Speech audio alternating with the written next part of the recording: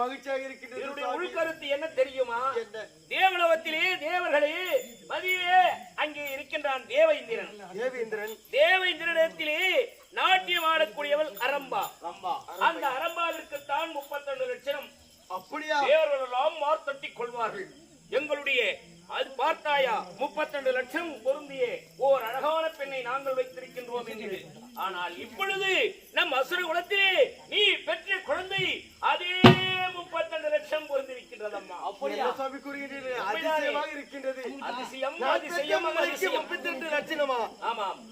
அப்படி 32 லட்சத்தோடு பிறந்த இந்த குழந்தைக்கு நம் அசுரகுலத்திலே பிறந்திருப்பதால் இவளுக்கு என்ன பெயர் சூட்ட போகின்றேன் தெரியுமா? என்ன பெயர்? அசுரகுல ரம்பா. அசுரகுல ரம்பா. அசுரகுல ரம்பா.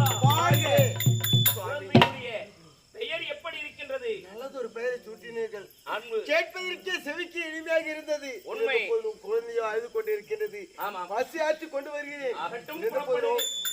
நான் பெற்ற மகள் எவ்வாறு பிறந்திருக்கிறாள், எப்படி வருவாள், வருங்காலத்தில் எப்படி வாழ்வாள் என்று